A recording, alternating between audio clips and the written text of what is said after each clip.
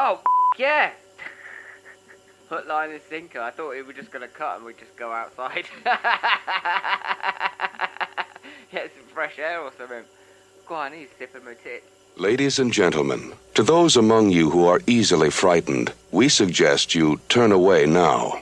To those of you who think they can take it, we say, welcome to the madhouse.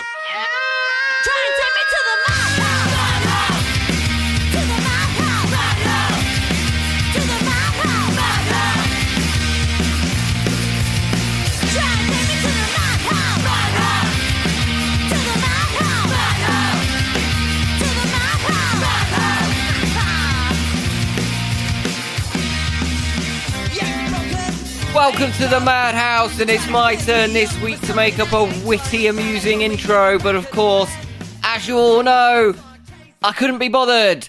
My name is Jimmy, and with me, as always, is the delightful Joey. Hello. Hello. I'm not going to ask what you mean by delightful, because I tricked you last week, and I fear repercussions. No repercussions. Oh, wow. A genuine compliment. I can't remember what happened. Let's recap. I just said you were very important. Did you? Doesn't matter. We don't need to recap the episode. Anyway, are you okay? I'm fine, yeah. You? Yeah, I'm good. It's again, isn't it? It is sweltering, I think is the technical term. Yeah. And I once again need to start this episode with an apology. Are you apologising for you, or are you apologising for me? In general, for both of us. Oh, okay. But for nothing specific, just all of this. Okay, that's fine. I've had a mouth injury. I got smacked in the face with a pole at work for the first two episodes. I thought I'd covered it up very well, but now you can tell I'm injured. I'm mumbling, not moving my mouth as much. And I can't get out of the habit, so if it's happening in this episode as well, I apologise. What was the guy's name? The guy's name? Yeah. That smacked me with a pole? His name was... Oh, okay. Fine. Why? No, he's just asking. He didn't do it on purpose, he just turned around.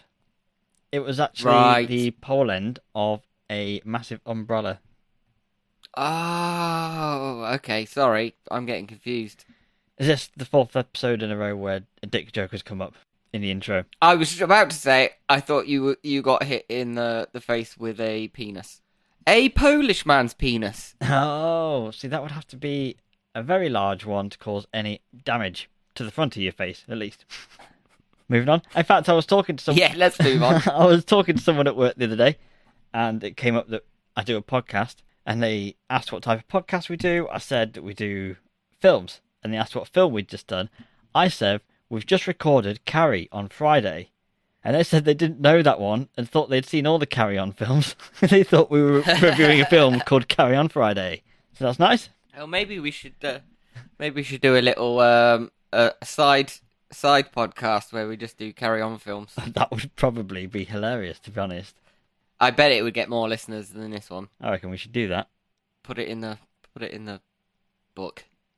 There's no book. Okay, so okay, booze reviews. Oh yes, sweet. We're on 2-1 to me in score of bringing the best drink and most impressive drink. And this week you've been messaging me saying that you are so confident that you've won because of what drink you've got, but also because of what you're going to drink out of. And I cannot wait. So you go first because you've won. I can't even argue for me to winning because I know you'll be so disappointed if I had something that would beat whatever you brought. And I'm not that mean, so... I think I've messaged you probably nearly every day about it. Yeah. It's not even going to be that good. It turned into a gift war at one point. Right, let's get on it. So, I've done one of these before. I can see what looks like a urine sample, but go ahead. It does. Well, I've done one of these before. If you remember, quite a long time ago, it was called Viking's Blood. So this time, I've gone for Elf Magic Vanilla Honey Mead. Okay? Yep. It's like 10.5%. Okay. Brewed in Germany. Serving suggestion: in a wood with some fairies and dwarfs. Absolutely fantastic. But it all comes down to the receptacles, doesn't it?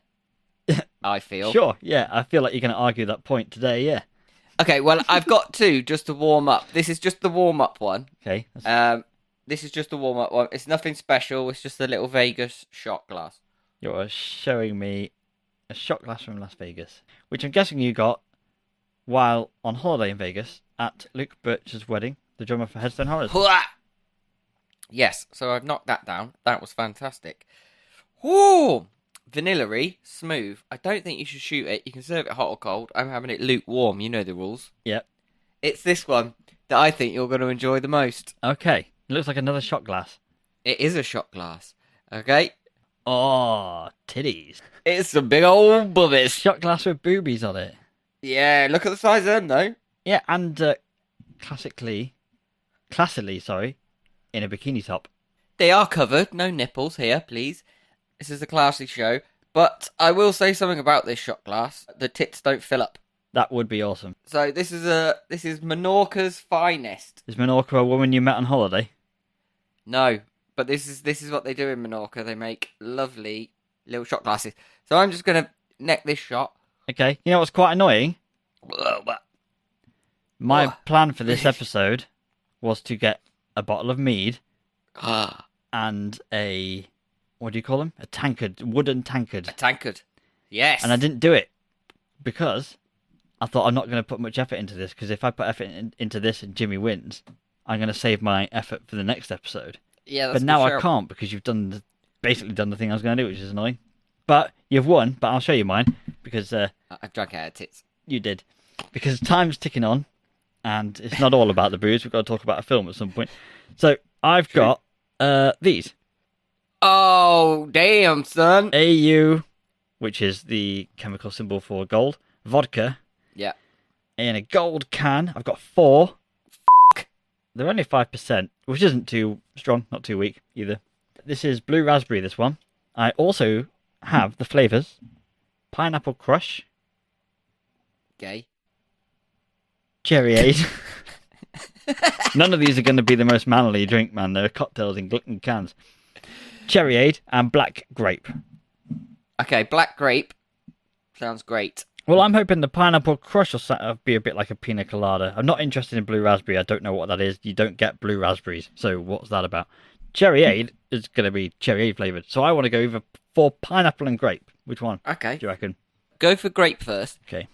Now, are you drinking it out of the can? I was going to. Should I get a cup?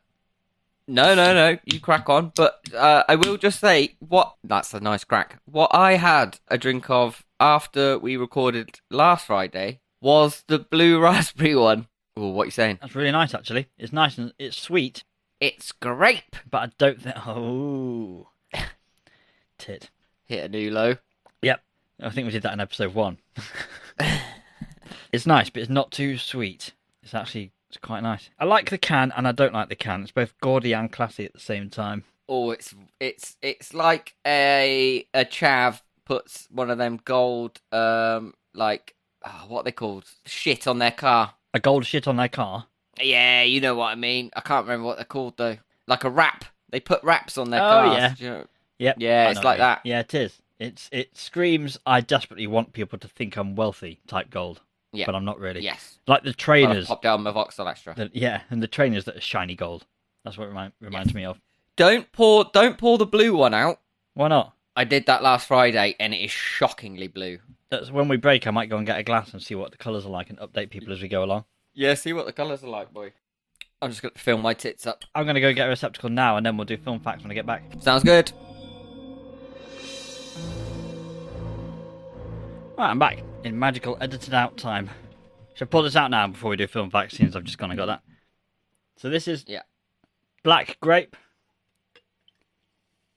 That looks like a potion. That is very dark, isn't it? Very dark purple. I think it looks darker on camera. That's quite a nice colour, actually. Yeah? Yeah. I don't mind that. Doesn't look appetising, but has a colour to look at. I like it. Although cocktails are like that, aren't they? Don't spill it down your white shirt. Your Nope. wife would be fuming. Yeah, it's her shirt, obviously. Cheers. Why isn't yours shaped like a penis? Cheers. What, my glass? Yeah. Keep the penis-shaped glasses in another room? Okay. Why would it be penis-shaped? I don't know, because I got boobs. There's probably someone out there with a penis this shape. Probably. They probably need to see a doctor, but I bet they're there. Oh, it's got kind of a blue tinge to it. Anyway, are we doing these facts? Should we move That's on? very Moorish. Okay, yeah. So film facts. It was your choice. What film did you pick? I picked 1922. Came out in 2017. Yeah, and directed by Zach Hilditch. The police are after you, I think, at your end. That's not on my end. Yeah, you can hear that. Yeah. I've got the window open. No Don't worry budget about it. or box office info for this film because it was a Netflix release. Oh, was it really? Well, I couldn't find any, and it has the Netflix sign on the poster that I saw. Based on the short novella by Stephen King. Came out in 2010. Full Dark, No Stars, I think the anthology book was. Yes, it was a collection of stories, wasn't it? Yeah, I do like a novella. I'm working my way through Dreamcatcher, by the way, and it's got pretty good. Just an update on the reading Dreamcatcher story arc that's running through this series. Okay, and the cast for this film is Thomas Jane as Wilfred, Molly Parker as Arlette, Dylan Schmid as Henry, and Caitlin Bernard as Shannon. Marvellous. And some other side people that no one cares about, and we won't be talking about. Yeah, there's only like 3 characters you need to know about in this film, isn't there? Yeah. But I need you to forget everything about this film. Why? Because for the next 2.5 minutes, I'm going to be explaining it to you as though you don't know anything about it. Because it's time for the gist of it. Okay. So are you ready? Yes, of course, I'm ready. So, this family lives in Shit Sticks Nowhere, USA in 1922, which is handy because that's what the film's called. Anyway, the husband Wilfred and his wife Arlette clearly hate each other and seem so different I wasn't sure why they even got together in the first place. This hatred for each other is further fueled by the fact Arlette inherits 100 acres of land. That's 40 more than they currently own and would take their total up to 160 acres. However, she wants to flog the land and make some fat stacks, then live it up living La Vida Omaha while running her own dress shop. Wilfred wants to farm the land and stay where they are, as does their son Henry. Tensions rise. So, Wilfred does the only plan he can come up with to settle a Barney with the missus. He gets her drunk and cuts her throat while she's asleep. With the help of Henry, by the way, his son, who he's talked into helping over one brief conversation they had in a cornfield. Barely had to twist his arm. After further murdering a cow in the well where they hid Arlette's body to hide their dastardly, badly thought out crime, they convince the sheriff that the wife has pegged it, with a story about as convincing as saying, "Trust me, bro." Wilfred and Frank... No, Who's Frank? Wilfred and Hank, that's right, Henry's now called Hank for some reason, starts to suffer from strange supernatural occurrences, and Henry/Hank gets a 15-year-old girl called Shannon right up the muffly Dufflington. He should have just had a Hank wank, like his mother previously suggested inappropriately while drunk, and before she was dead, but he didn't. So, off the lovers pop together to avoid separation and the forced adoption of their baby, by going dark and robbing banks. The farm and barn, where Wilfred is left alone, are both plagued with rats, which Wilfred originally saw eating his wife's carcass, and both the barn and house start to fall to pieces from neglect. Wilfred gets talked into taking a loan out to sort his life out. Then Arlette returns briefly as a decomposing ghost to haunt Wilf and tell him all about Hanky's terrible deeds and eventual death of both Hank and his baby-laden lover. Wilfred uses the loan he took out to give his son the best funeral he can buy.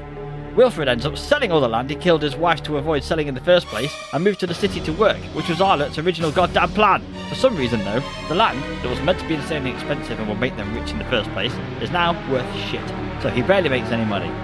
He moves to the city to try to work and become even more of an alcoholic. The film ends with Wilfred writing a confession years later in 1925. His dead wife, son, and unfortunate Shannon all haunt him and turn up with knives to finish him off and kill him. Finn. Marvellous, Finn. Beautiful. Like it? I like it. Yeah, I'd give it a watch. I like your you've got a couple of catchphrases that you've put into your gists of. Like what? Fat stacks. Fat stacks is one of them. Yeah. Yeah, you've used that before, which I quite like that you brought that back. And the other one, which I like, I think it was from Apostle Revisited, is Up the Muffly Dufflington.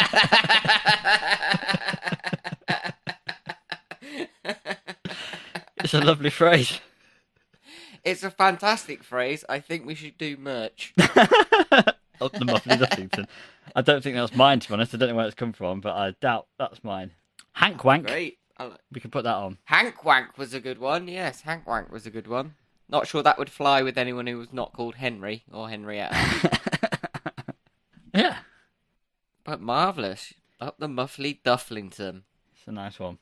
I do enjoy that. That was good. It's time for Frights and Delights. Is it? Yep. Right.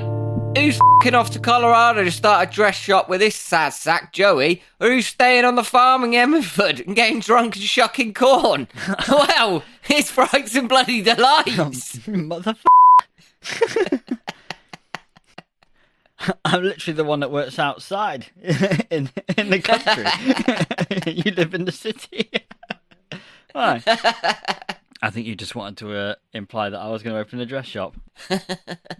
Right, there's definitely... I'm not doing the song, but this was definitely Slim Pickens. Nothing. Slim Pickens has come back in and stolen all the decent bits. I've scraped together 5. Okay. But only because I desperately wanted to get to 5. It could have been a 1 or a 2 at a push. Yeah, we like our lists, though, don't we? Yeah, it fills up the time, so we're not doing anything else. Okay, so number 1. 1922 was released in 2017. This is the same year as Gerald's Game, which we've already done, and The Stand. So 3 Stephen King adaptations came out in 1 year. They did. Stephen King was making fat stacks that year. Was he, though? Because he's notorious for selling the rights of his films for, like, $1. Yeah, but I don't think that's the big companies that are doing it. I think he's getting decent money from them. I don't know, Get him on a blower. Oh, yeah, just get him on speed dial. That's not a thing anymore, is it, speed dial? I don't think so. But what was the last film that came... was it a film or was it a TV series that came out? Oh, The Stand. TV series, isn't it? Yes, TV series. So interestingly, that is also set around the same time as 1922. Is it a similar area as well? It is exactly the same town, Hemingford, Nebraska. Yeah, Hemingford, Nebraska. But I think it's called Hemingford something else. Can't remember, but it is the same town. And then they all decide to f off to Boulder, Colorado. So it's the same area, same time, which is quite nice. Nice little link. Yeah. Mother Abigail lives in Hemingford Farm, Hemingford Home, or something like that. I can't remember. So this is kind of goes into my number 2, which is that Hemingford, Nebraska is also the town in The Stand. Sorry, it's the same town in 1922 that's also in The Stand. And using the description from the book, eagle-eyed readers believe they have identified the area of the town as being between Norfolk and Weeping Water in the southeast of Nebraska. I think it's like this quite obviously open area, and he seems to have for some reason picked a spot where he's placed a town, which is nice. That's nice. It is nice. Number 3, Wilfred can read.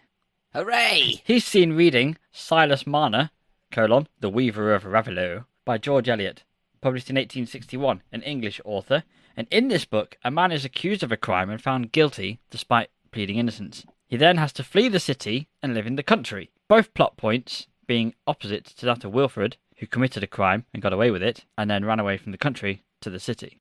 Delightful. The second book is House of the Seven Gables, written by Nathaniel Hawthorne in the 1850s, which I couldn't see any obvious link with. I'm sure there's one there, but I'm not going to read the book to find it. No. No. House with the Seven Gables, isn't it? Or is it House? The House of the Seven Gables? I thought it was House with the Seven Gables. You know our facts here. It's about a house Leave with it. 7 gables, which is a lot of gables for one house. I don't know what a gable is. It's the end of a roof. I don't know how to describe it. You know, you have a roof. I know there's a triangle, and there's a flat bit. That's a gable end. Yeah. Oh, okay. I know there's a couple of gables here. Oi, suck on my gable. Hey! Oh dear. Sometimes it seems like we're pulling away from it, and we drop right back in. Stephen King liked this adaptation of the film and said he was delighted by the film, probably because he made shed loads of cash. Doesn't he say that about all his adaptations, though? I thought he didn't like any of them. Maybe he just says different things to different people. I always feel like authors are like, this is amazing, because people will then go and see it and they'll make more money. If they went, this is a shit adaptation of my book, it's crap, no one's going to go and watch it. And then also, no one's going to offer you money to make any of more of your books into films. Well, this is why he just sells them for $1, doesn't he, to students? Because he's got... Why? How many stories do you think Stephen King's got? Hundreds and hundreds and hundreds and hundreds of thousands. Yeah, I don't know how he does it. Just turns them out. It always feels like he's got another... Yeah, but it's so hard to write a book. Oh, yeah, you've got to be able to string a story together. Okay, my last one. So number 5. Lots of props were very wrong for the time period. There were cars that weren't even made in 1922 and came out years later. What? The money used in the film was wrong, including the $20 bills he had. So the bills he had were ones that came out after 1929. Lazy.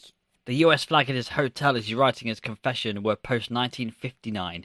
Unforgivable. The abbreviation of Nebraska that was used, NE, on letters, was not used until 1987. Would you get out of town? Before that, it was NEB. Now, I know you're taking the piss. But like I said, it was slim pickings and...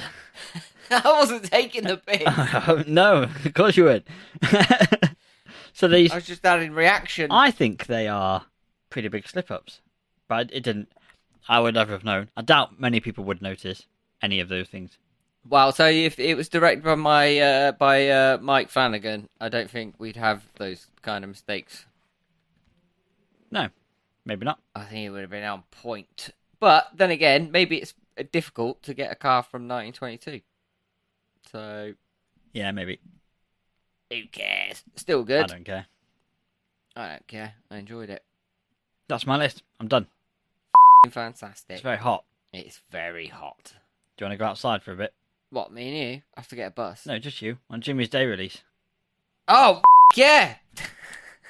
Hook, line and sinker. I thought we were just going to cut and we'd just go outside. Get some fresh air or something. Go on, he's sipping my tits. Crazy beast. He's looking to feast. It's out in the world. It's Jimmy's day release. Right, let's have a little bit of a wander out in the fresh air. I've been pretty on point recently with the old day release stuff. I'm sure you'll agree. Up the Bum. It's pretty much my favourite one. I think this is going to top it. I think it'll top it for you as well. What were your other ones? I can't remember. I'm sure they were okay. Yeah, I can't remember either. But I think this... You can't remember? Never mind. Right. You're right, this is bizarre reasons why people have murdered. Okay. Like this dude in the film. Right. 2012, a 39-year-old suburban Chicago man was sentenced to 40 years in prison for brutal 2008 murder of his mother, which was instigated by her refusal to buy him tickets to an Avril Lavigne concert. Judge Catherine Cresswell sentenced Robert Lyons of Carroll Stream, Illinois, for the murder of Linda Bolak, then 61, after getting into an argument at the condominium they shared. Lyons flew into a rage and attacked his mother after she refused to call a friend to obtain skybox tickets for him to the upcoming concert. The argument ended when Lyons picked up a cognac bottle and struck his mother 2 times over the head. He then used 2 knives to stab her in the back 9 times as she lay on the floor, breaking part of one of the knife off in her body and bending the other. After stabbing his mother, Lyons poured chemicals over her body, including Tilex, Drano, and Raid insecticide. He then left the scene and was apprehended several hours later at a Hooters restaurant. Wow. That's not very nice. It's not. I don't think he even got to see the Queen of Punk, Avril Lavigne. I don't think that's her title. But I think it is. he left. She invented punk, did she? Yeah. The punk song that came about first was Skater Boy. It was Gator Boy. Speaking of Hooters, let me just have a quick sip of mine. So he left evidence in the body. Yeah. What did he think the chemicals were going to do? Cover up some evidence somehow? We don't have these in England, but the Americans have got a great naming. Tile X. It's Tile X. I was going to say, we do have cleaning fluids. We don't have these specific ones. No, but Tile X is for, I believe, for cleaning tiles. Maybe I'm wrong. Okay. Or X's. Drain O. Cleaning What do drains. you think that's for? Yeah, cleaning drains, isn't it? Anyway, In 2011, a 13-year-old boy in Western Siberia allegedly killed his sister over possession of a television remote control. The boy shot his 17-year-old sister in the face with a hunting rifle at point-blank range when they got into an argument over the device. The shooting took place in an Omsk village of, I'm not going to pronounce it, Shakovka. The victim was discovered by her mother when she returned home from work. The boy's age precluded him from facing criminal charges. Shit. So that was that was someone shooting their sister in the face for not giving them the telly remote. Point blank with a hunting rifle as well. Yeah, how do you feel about that? Not great. No? What was on TV? Actually, that probably... That's true. Adds She's to probably putting some right shit on. She's probably watching Gossip Girl, and he wants to watch the Avril Lavigne gig on the other channel. Probably. So there's a bit of a weird... This is a bit of a weird cluster of years. That was 2011. The first one was 2012. This one's 2012 as well. So it's a bit of a weird year for strange murders. In 2012, Billy Payne Jr., who's 36, and his girlfriend Billie Jean Hayworth, who's 23. Whoa, hold on a minute. That's a bit of a big gap. That's 13 years, pedo. Anyway, sorry, I digress. Billy Payne Jr., 36, and his girlfriend Billie Jean Hayworth, 23, unfriended Janelle Potter, 30, on Facebook. Janelle was upset, but not as much as her 60-year-old father, Marvin Buddy Potter.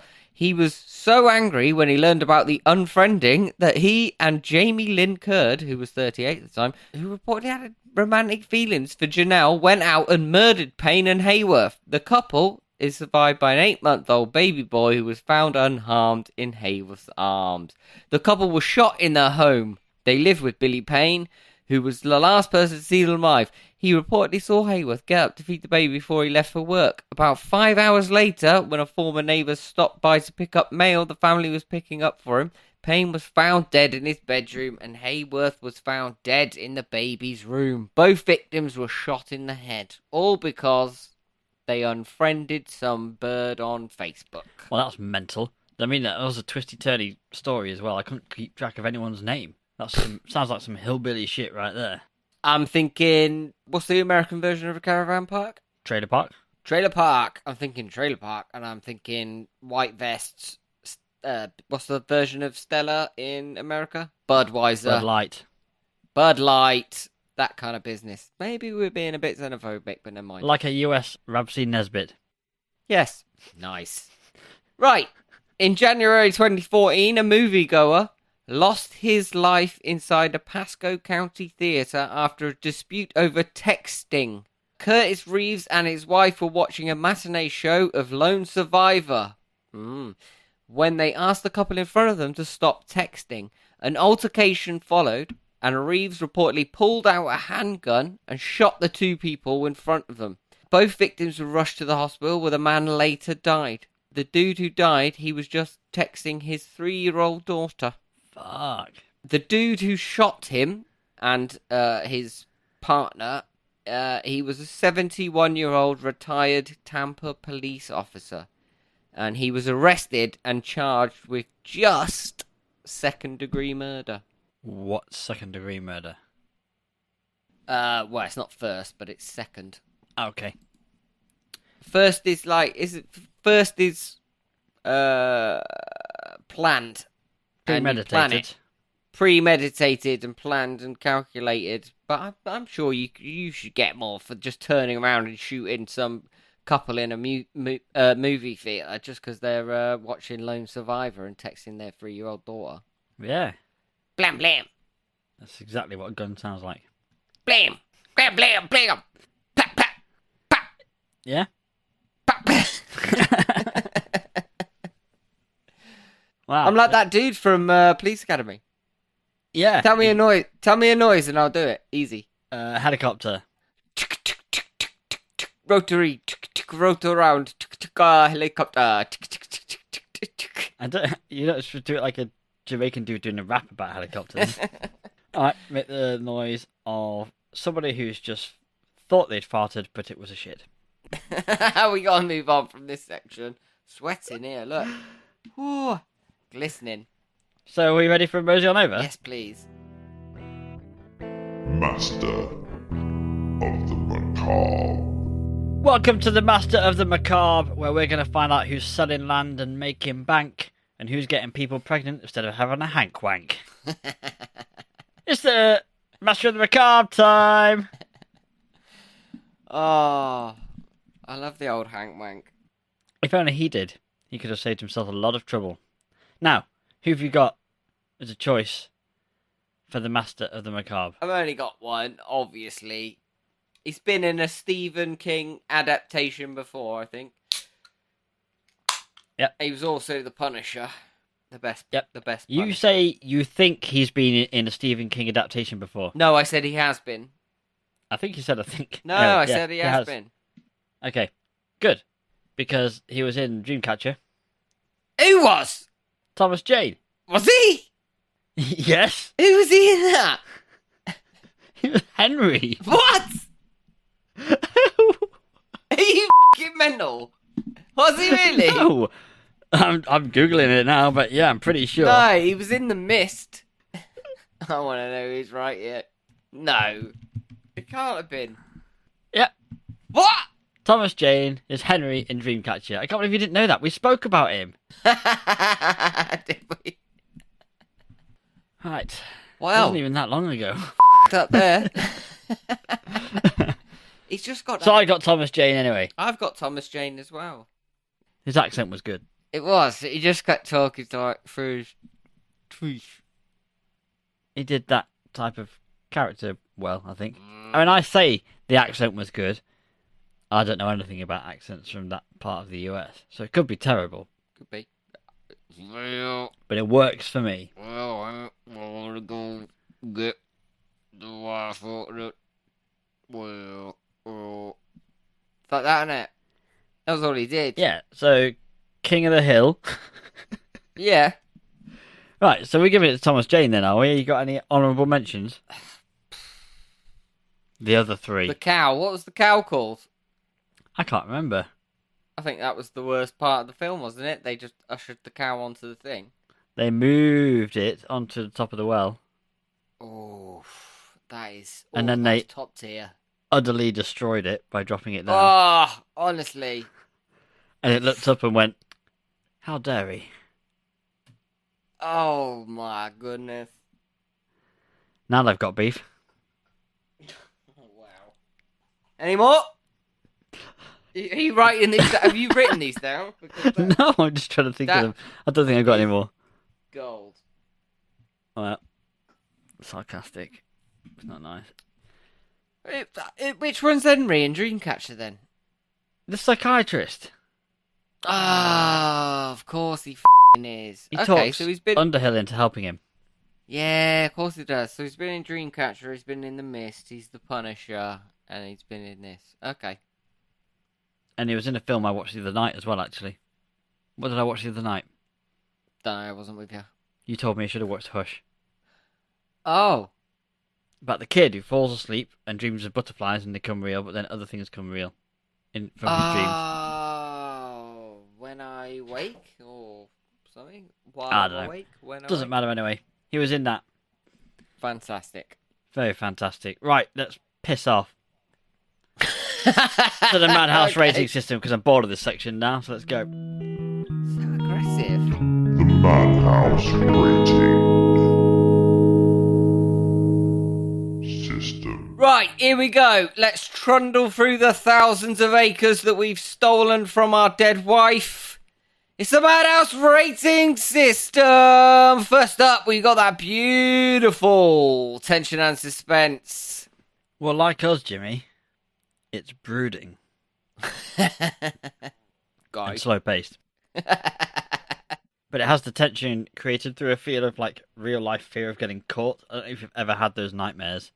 You ever had nightmares where you've accidentally killed someone or you're just scared to death of being caught? Yeah. Yeah, I think that's a normal thing. So, Yeah. or remember when you were a kid and you broke something and the fear of getting caught. Well, you turn it up to 1,000,000 and you're getting close to the tension in 1922. And the pacing helps add to the feel of the days passing in a shit end of nowhere with nothing to do but wallow in the heat and fear of this thing that you've done. So I quite like the tension and suspense in this. It's a slow burn, definitely. Do you think Wilfred gave a fuck about that, or is that more about Hank? I think it's Hank while he's there, and then when Hank legs it with his girlfriend, that fear of being caught and found out switches from Hank to Wilfred, but it's Wilfred's fear of being found, like the repercussions of his wife haunting him and stuff. Yeah. So it switches gear at that point. I like the Sweetheart Bandits. Oh, yeah. That's a fantastic name. Yeah. So him and his girlfriend has got pregnant, run off, but to make money they start robbing banks, they get notorious, and the papers call them the Sweetheart Bandits. I think that's a great name. Yeah. They weren't very good at it though, were they?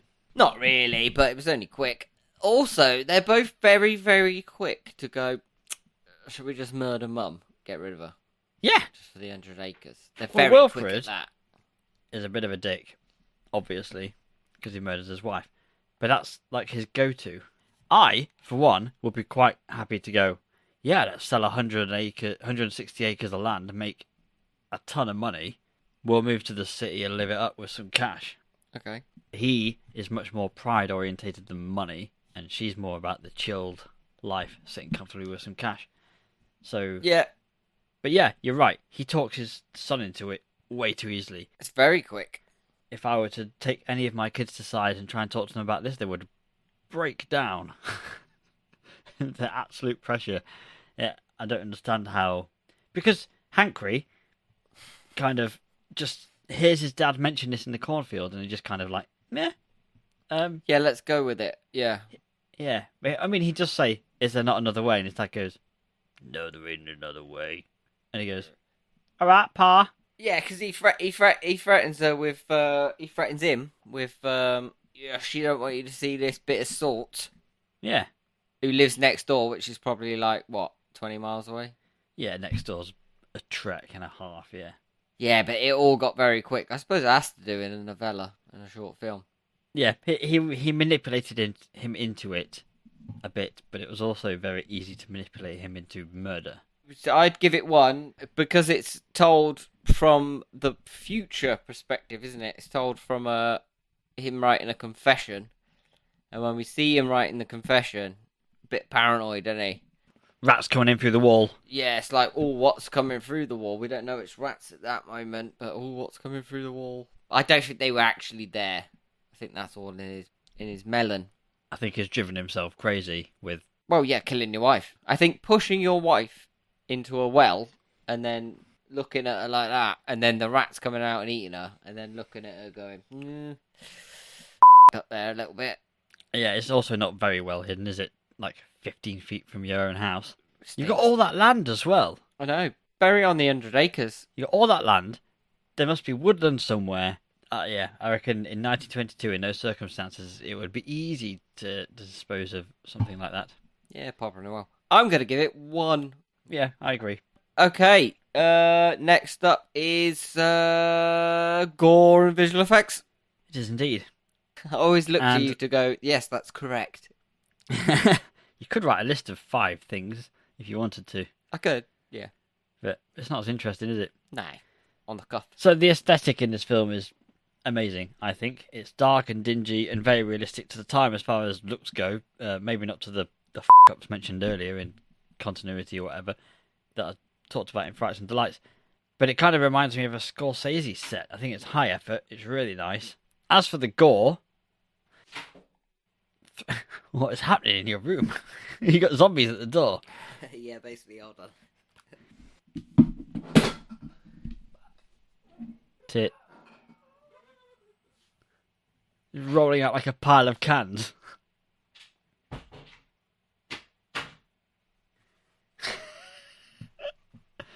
He's now spilt a drink. Now he's put some kitchen towel down to quickly wipe it up. He's doing it in a panic. He's trying to find out if he can sort it out without any repercussions. He's now picked up a few cans, plopped them on top of a guitar head, which is not a good idea. He's got, yep, and now the mead's up there. So let's hope they don't have any crap on them. It's going to ruin his guitar head. He's used almost a whole roll of kitchen towel as he desperately tries to cover up. This is actually a nice analogy for the film we've watched tonight. He's trying to cover up his crime. I can see the guilt in his face. I feel like he's going a bit mad with the tension going on there. He's saying, "Oh no!" You see, he's not having a good time. He's now gone out there, hopefully not to kill Nat before she finds out the crime he's done on the office floor. Oh, that's a towel gone down now. It's serious. There's a towel entered the mix. He's now desperately brushing the floor off like he's brushing blood away. Oh, he's knocked the mic. Ah. This is literally like watching Jimmy cover up a murder scene here. Yep, that towel's done. Spent. He's running off now. He's gone to get something else. I still don't think he's done. He looked massive amounts of anguish appearing on his face. It's nice to watch, actually, someone in this situation when it's not you. There's a weird kind of morbid enjoyment you get, isn't there, from watching someone go through not utter shit, life-changing shit, but this kind of shenanigans where he's trying to cover it up from his wife because she is going to flip if he's messed up something. He's been a while now, but I can't hear any shouting. He's coming back. What's he bringing with him now? Is he done? Or does he have more tools for cleanup? He's back. The bruises off the head. No, I'm not. He's gone again. I think he might have just dropped another can.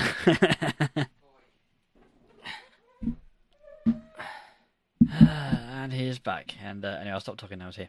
Sorry. You alright? Disaster. Did somebody spill a drink? Full fucking drink. Full drink.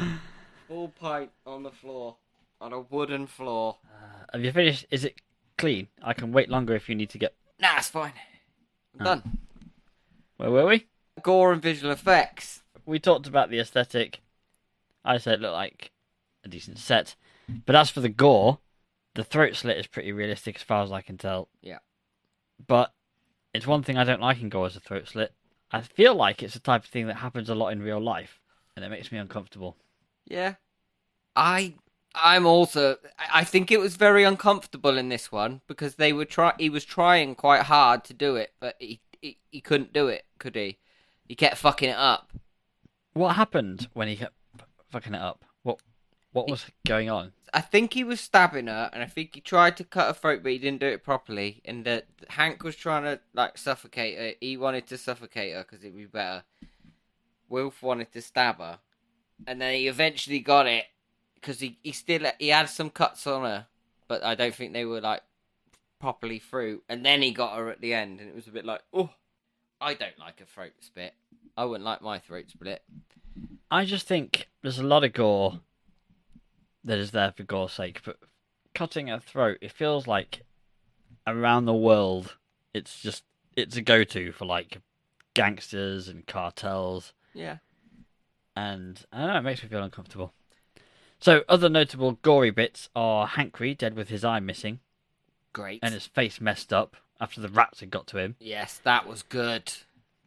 And Arlette's manky body with the rat climbing out the mouth. Delicious. Love it. Maybe for the rat, not so much for her. Meh, she was dead. But it was very well done. It was good gore. Yeah, because it was subtle, I thought.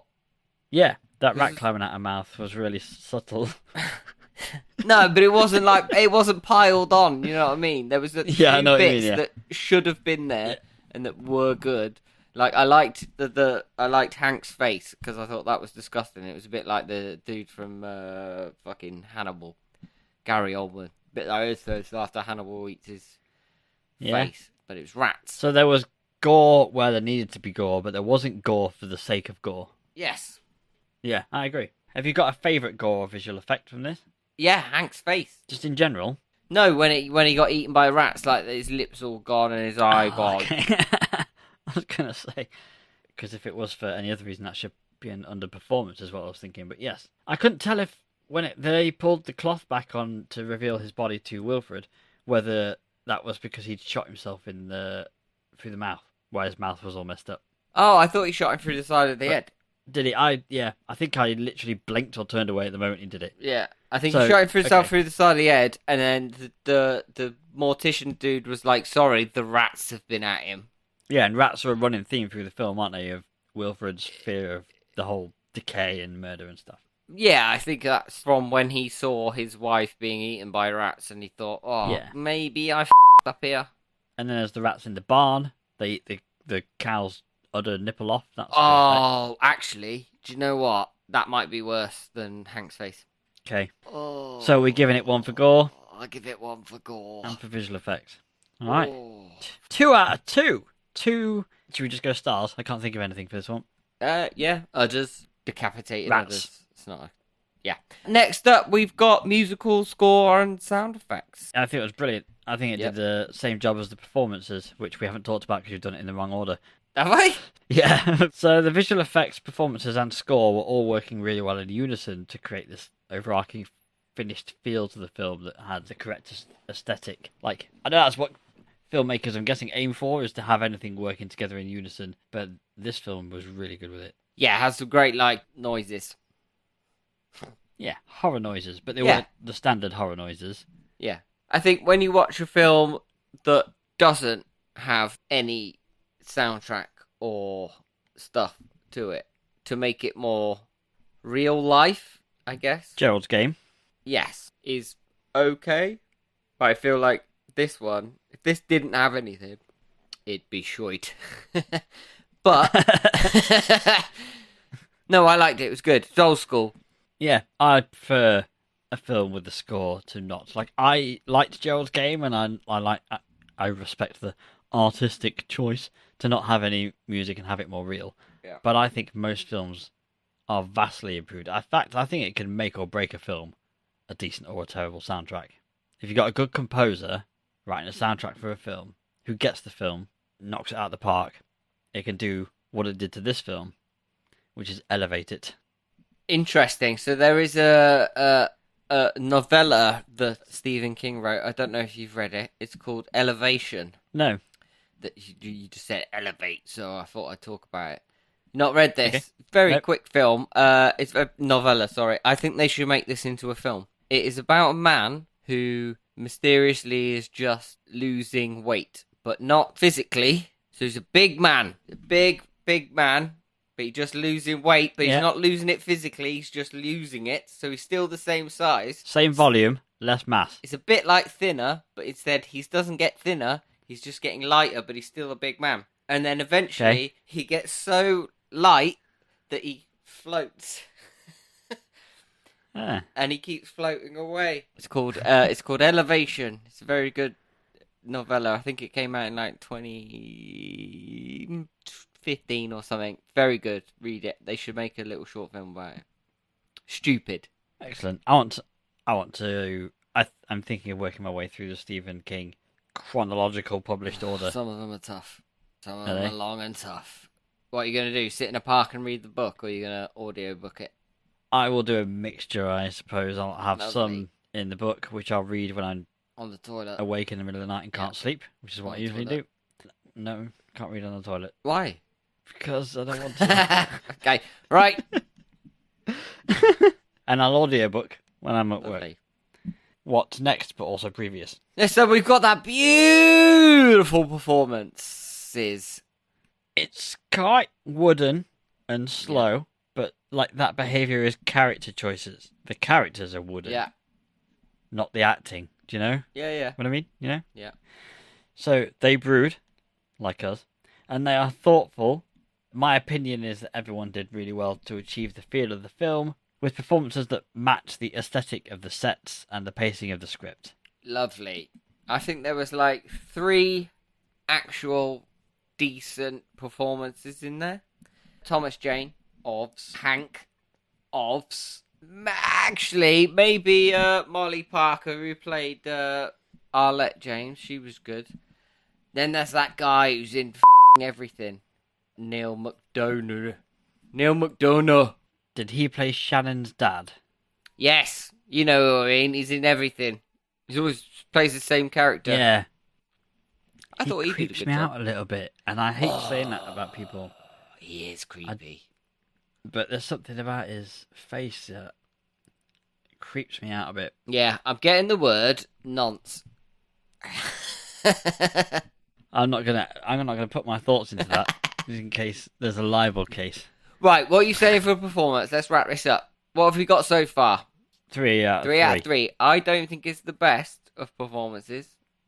I would give it, at a push, I'd give it a half. Okay, I go over Okay, half. so we're at 3.5 out of 5. Right. Yep. That was good. We did that at the same time. Last one up. It's the overall experience. My experience was rather pleasurable. Delicious. I'm getting nonce. What, for a takeaway? Yeah. Did you like it? I like Getting it. the sense you liked it, but I got the sense that you didn't like Dreamcatcher, and then you did. No, I did like this because I like this kind of Stephen King story. I do like it. It's more about human beings rather than the supernatural, because he did say that the worst horror is human beings. Yeah. Or the best horror or something. I can't remember the quote, but it's something to do with The saying the best horror is human beings and the worst horror is human beings has the same meaning, I think. Okay, fine. Well, that's my quote. Okay. Well done. Thanks. So we have so far 3.5 out of 5. Okay. So overall experience, where are we putting it? I would leave it at 3.5 stars, I think.